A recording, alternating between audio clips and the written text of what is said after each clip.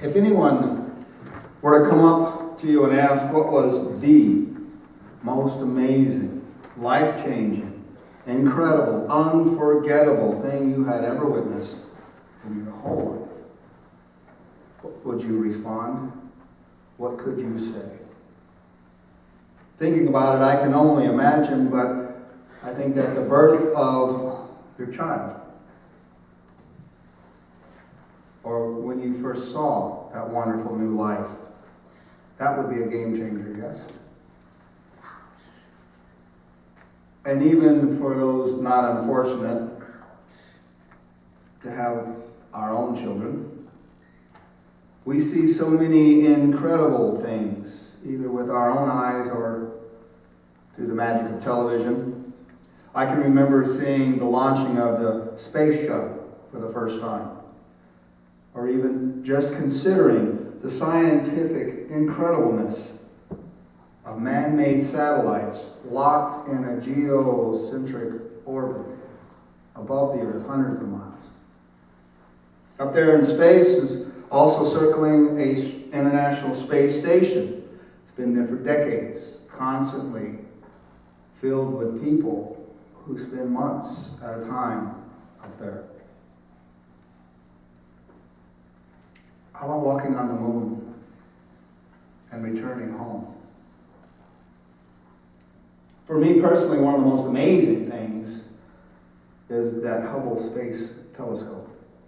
It's about the size of a school bus, and it gives us beautiful, clean, clear images of things that are billions of light years away. It's phenomenal. And these are pretty astonishing things to behold for sure.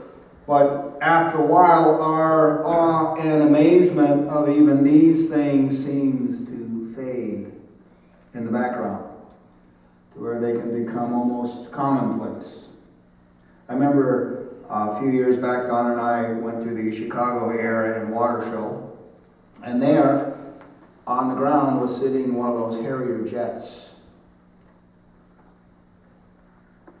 I don't think Donna quite believed me when I told her that when that thing was going to take off, it would simply lift, turn into the direction it wanted to go, and then zoom off. Well, it can. It truly does. And about an hour later, we saw it do just that.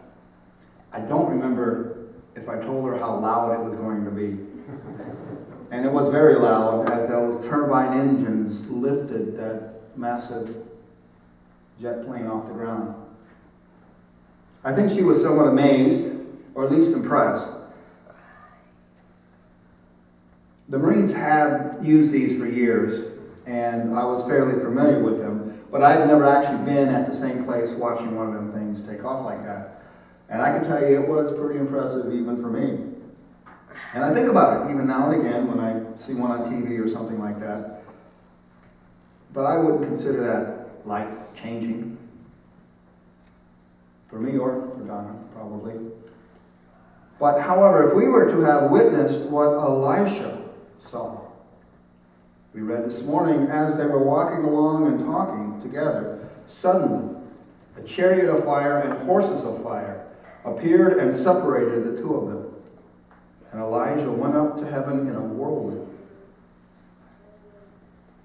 If any of us were to see anything like that, I can believe that their world, our world, my world, would certainly necessarily have to undergo some adjustment or two.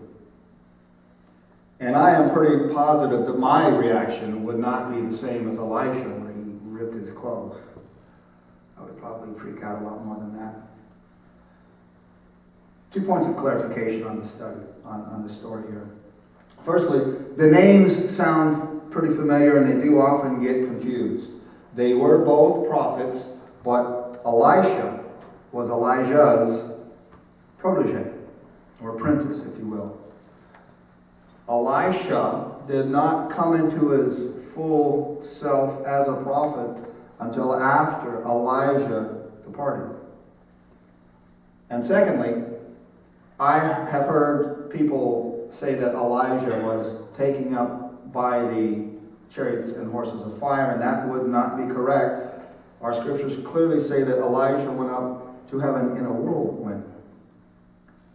I wanted to clarify this second point because in a few weeks we will be revisiting this story, and with the intention to look at what may have possibly happened to Elijah after he had left, while still living, by the way.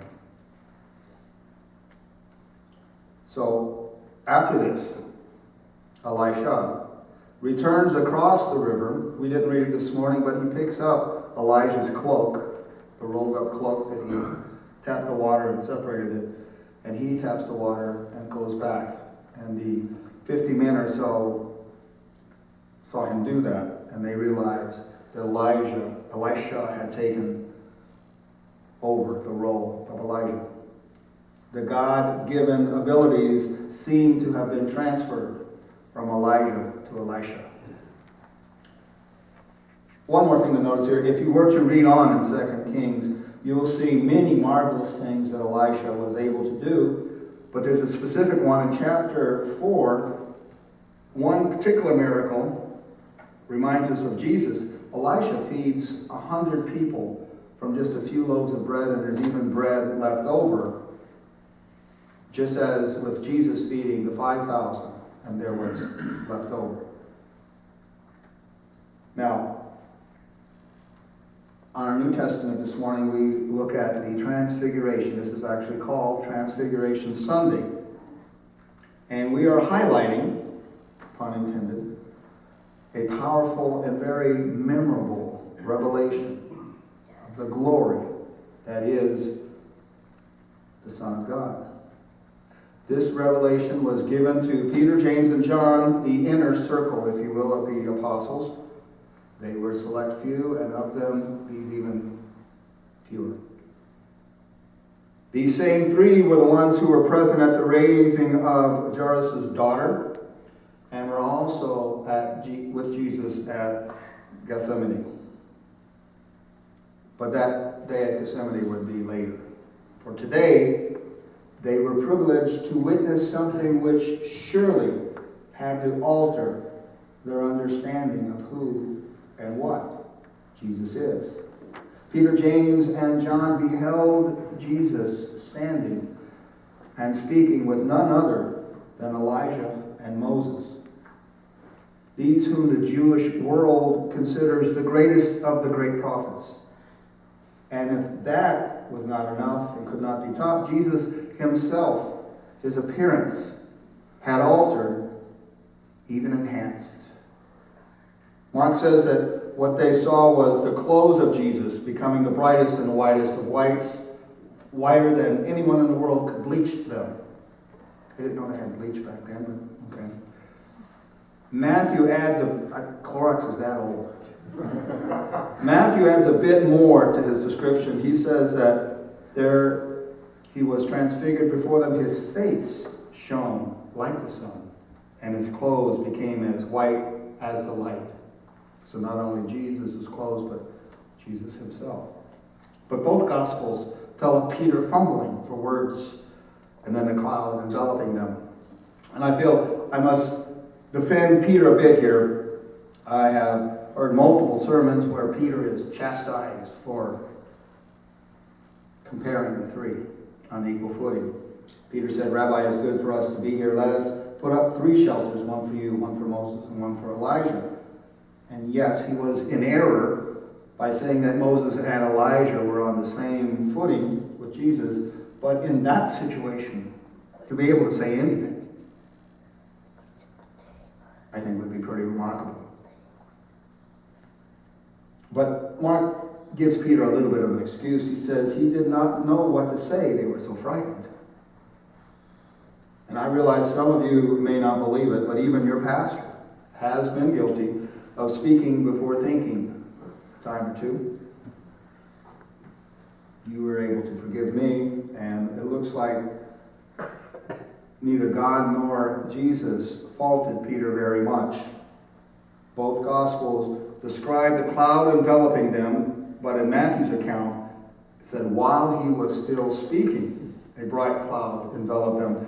It is understood that Peter was the one who was speaking, so while Peter was making his comparative comments, the cloud covered them, and then the voice came. This is my Son, whom I love, and am well pleased. Listen to him. Sort of stop the silliness right there. Those three on that mountain with Jesus would forever remember what they saw. And Elisha, I'm sure, that he would never forget what he saw. Each of them, and even all who come after, even us here today, everyone who calls on the name of the Lord as Redeemer, we are privileged. We are privileged as his disciples. Even though there may have been times of suffering, struggles, hardships, even though there are these times coming ahead, never forget that you are privileged to be Christ's disciples. Peter, James, and John were that inner circle of disciples, and they were selected to be with him while the others were left at the bottom of the mountain. They were brought up. Maybe they were shown this extra bit of glory of Jesus because they were best fitted to receive that information. Or maybe perhaps it provided them extra fortification for what they would have to later undergo. Either way, let's take this concept for our lesson today. Let us consider that those who were with Jesus on that mountain for the briefest time, just a few moments really, Peter, James, and John were able to see Jesus in a vision of glory which no other person, no other disciple was able to see. What we will never see as long as we're on this earth. And that day will come when we will see Jesus in his full majesty and his full glory. That day will come. And it will come for all of Christ's believers. And on that blessed day, we are welcomed into God's heavenly realm. We will be standing before the God of majesty at the judgment seat, but we will not be standing in our bodies we have today. Our mortal bodies will be cast away as filthy rags and replaced with our immortal, imperishable, incorporeal bodies, everlasting bodies. From that moment forward, it's not really important for us to remember all of our trials and troubles that we went through in this mortal life, or the ones that we will go through in the future in these mortal bodies. All these distresses, pain, sorrows, whatever they may be, surely they will each fade away and be remembered no more when that day comes and we stand before the holy seat of judgment,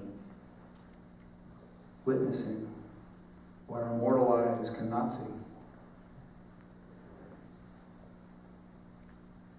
I can imagine what it would look like. We're giving examples in a few places in the Bible, Revelation and Isaiah, where it gives a brief description of the majesty that is the heavenly throne room. What will we hear, smell? What will we be able to understand? What will we realize? What we can realize while we're still here on earth is that we live in the hope and the promises that this will happen for the believers in Christ. Actually, everyone will stand before the judgment seat, but not everybody will be welcomed in. Those who call on the name of the Lord will be welcomed home. forever. You are privileged. You are blessed. You are separate from the rest of the world in that fact. You have a home to go home to. Amen. It's karaoke time.